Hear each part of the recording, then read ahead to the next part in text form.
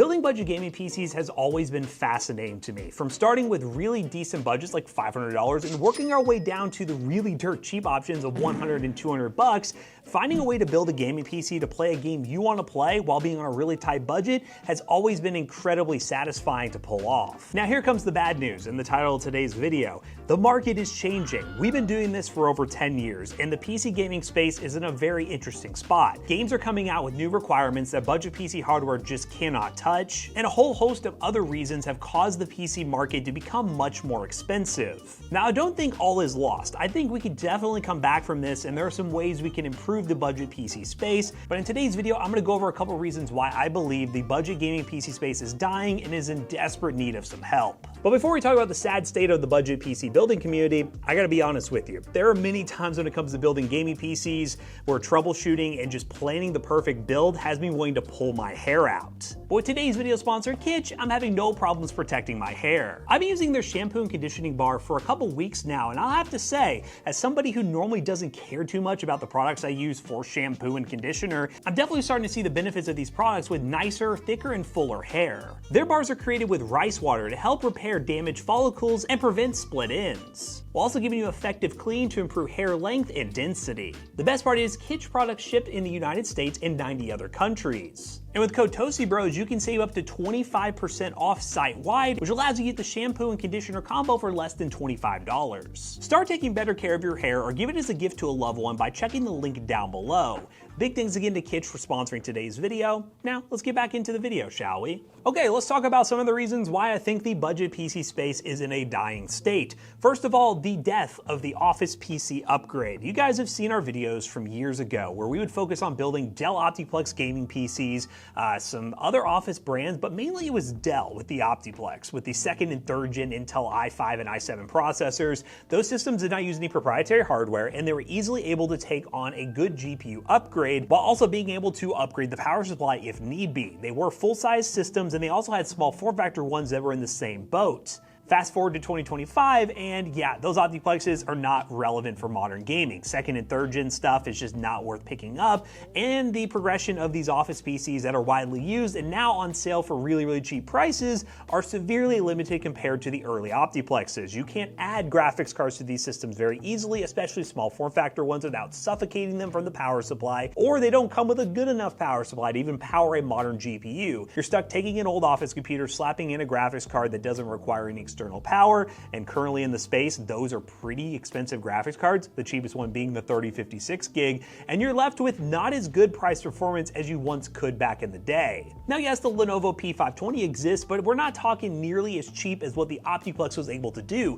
You could easily do $100, $150, $200 PCs that were able to play any game at that time at 1080p 60 FPS. Now the P520 system, you're looking more like $300 to $400, most of the time about $450, and then once you hit that price point, you're starting to get to the point where just building a custom system makes more sense. What I would love to see is another Office computer that comes to the market. Most of the time this happens when there's an influx of a lot of computers that are normally used in work environments. They're then dumped on eBay for people to buy. We need to see something that is a mid-tower that has a good power supply with the option to add a GPU with some sort of like 8-pin or 6-pin power connector, and it needs to come in at a respectable price of about $100 or less with a modern CPU that's at least 6 cores and 12 threads. Some of them are out there, but they're much harder to find than the OG Optiplex, and I think that's one of the reasons why dirt cheap gaming is becoming harder to achieve. Now another one is a hard truth that a lot of you PC gamers won't want to accept. Consoles don't suck anymore. Back in the early days when we were building this YouTube channel, the Xbox 360, Xbox One, PlayStation 3, PlayStation 4, let's be honest, those consoles did not have great performance and the gaming experience was very limited. Jumping from console to PC back then for the same price would actually give you a much better gaming experience, and it was much easier to convince console gamers to move to PC on a budget because they could get a good gaming experience without even spending a ton of money. You could buy a PlayStation 5 today for $450 and get good 1440p gaming performance. I'm not falling for their 4K ready gaming performance when it comes to the PS5. And the Xbox Series X I've seen on sale for as cheap as $400. You're not building a gaming PC that's going to compete with those consoles at that price point. Will it get close? Potentially, if you do some deal hunting, buy used and get a little bit lucky, but there's no go-to meta that can beat the PS5 and the Xbox Series X in terms of the output of performance it's able to do for the price point. Now, it is important to mention that the price of consoles over time is normally more expensive than PC building, but the average consumer who's debating between the two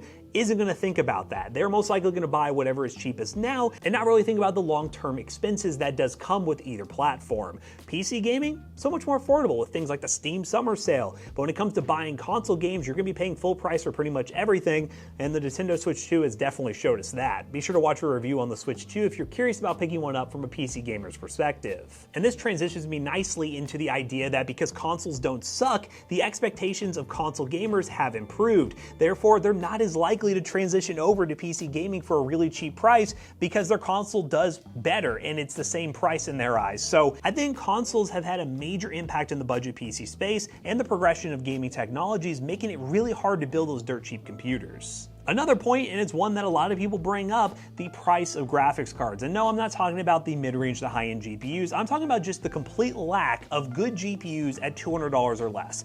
Yes, the 3056 gig is there, and we do vouch for the 3056 gig for certain scenarios, upgrading office PCs or building something with all new parts for dirt cheap. It is your best option. Is it a good card? It's okay. The 1660 Super is the same card on the used market, and you can save about $60 to $70 going used with it.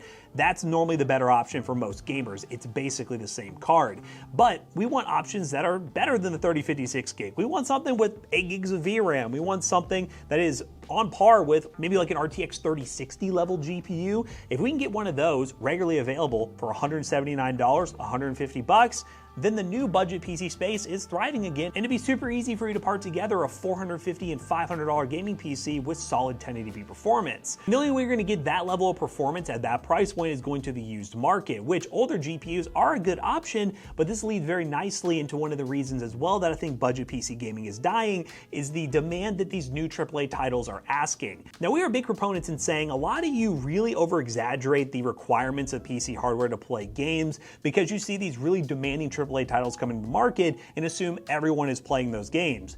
Just look at the Steam survey where you can see the games that are actually being played, and you can see the popular titles that most people are going to be playing are really less demanding than the ones that you might see like Doom the Dark Ages or Indiana Jones. Don't even get me started about Indiana Jones. But even then, if you are somebody coming from console who actually enjoys those new latest and greatest titles, you're going to be less inclined to switch over because of some of these newer games forcing ray tracing in their titles. And with that in mind, you are limited in terms of what GPUs you can get to even launch these games, let alone have a somewhat gaming experience with them. You're going to need an RTX level GPU. Those 10 series that lost driver support or anything older, yeah, those are ones you probably go with for a dirt cheap PC. You can't use those cards anymore for these games without any heavy modifications. Obviously, in the PC space, there's workarounds for everything, but generally, you're going to need an RTX 20 series or greater NVIDIA GPU or an RX 6000 series greater AMD GPU to get good price performance. And things like the 5700 XT from AMD, really awesome budget card, is going to be limited in newer games, even though it's a good option on the used market because it doesn't have the ability to handle ray tracing. Now, a lot of this sounds quite depressing, I'll be honest with you. A lot of this makes it seem like budget PC gaming is slowly on a downward trend, and it's going to be really hard for this to keep up and be able to do these budget gaming PCs we feature here on the channel. Now, there's always going to be the one-off use case like the P520 that pops up, or find a random deal of an office computer that we can slap in a GPU and show you guys what that performance looks like, but worry about the consistency of you guys at home being able to replicate them and follow along like we used to create guides for back in the day. So if I had a magic wand that I could fix all the problems of today to get budget PC gaming back to a spot where it's in a really healthy position, where we're easily able to make a bunch of cool guides for you guys to get into PC gaming for dirt cheap, one would be to figure out the new GPU market problem. We need a budget GPU that is new and good and has 8 gigs of VRAM. I don't expect NVIDIA to do that. Maybe it's Intel, maybe it's AMD. I hope it's Intel or AMD because that would be the best option for us budget gamers, and I don't really expect NVIDIA to even consider doing that with the 3056 gig where it's at right now. In the 5050 that we haven't tested yet, that could very well be a very bad decision as well. So hopefully, AMD and Intel, you come to save us here when it comes to new GPUs, and I would hope one of you could release something sub $200 that is compelling for new PC gamers. Now, is that a likely option in today's world? Probably not, but one that's more likely is RTX 20 series level GPUs taking a nosedive while 50 series starts to become a little more popular. I really want to see 50 series GPUs like the 2060 under $100. I want to see them at $100 or less. Those GPUs at that point will allow you to get the entry-level ray tracing, albeit it's not going to be great. You all remember 20 series when it came to ray tracing. You couldn't really run ray tracing when it first came out, but it'll allow you to at least launch those games on lower settings and play all the games that you're actually going to play. That is a more likely scenario that is going to happen and could really help the budget PC space, but it's all about timing and when that will happen. And lastly is another influx, as I mentioned at the beginning of this video, of office computers that you can upgrade to game. I hope this is happening somewhat soon, but we haven't seen one since the P520, and while the P520 is available, it never really had the fame and ease of use like the Optiplex had, no matter how much we tried to really carry its torch. But I want to hear from you guys. What do you all think of the budget PC building space? We've noticed a trend recently because we've been switching up our content from just doing the traditional budget PC build to some higher end stuff, focusing on GPU benchmarks and buying, well, fairly crappy office computers on Amazon, which end up getting worse and worse as they go along. That could be a sign for how the PC space is going. But I want to know from you guys, do you think building a dirt cheap gaming PC is still easy in 2025, or do you think things have gotten a little more difficult compared to the early days of 2013, 2014 if you've been following us for that long? And if you have, thank you very much. But I want to know, what do you all think of the PC space right now? So I hope you guys enjoyed today's video. It's been a while since I've just sat down and talked to you guys, but I had the opportunity to do this video with Jackson out of town, so I figured we'd just sit here and talk about the state of the PC space, something I've been thinking about on how we're going to run this channel in the future. And if you did enjoy this video and you want to see other content from us, be sure to check out our other two YouTube channels, Toasty Clips and Toasty DIY. And if you guys don't know, we live stream over on twitch.tv/ToastyBros every single morning building gaming PCs. So I want to see you all there talking about tech and maybe the future of budget PC gaming, and we'll see you guys in the next one. Now, PC gaming is getting more expensive, but if you want to maximize your savings and get a good PC along with it, buy a PC from PCBros.tech. If you use code ToastyBros on checkout, you will save 3% of your next purchase of a gaming PC, gaming laptop, and so much more. Check out the website today. You can even buy this awesome build mat if you're building PCs. This is a really good investment for you guys. See you guys later. Goodbye.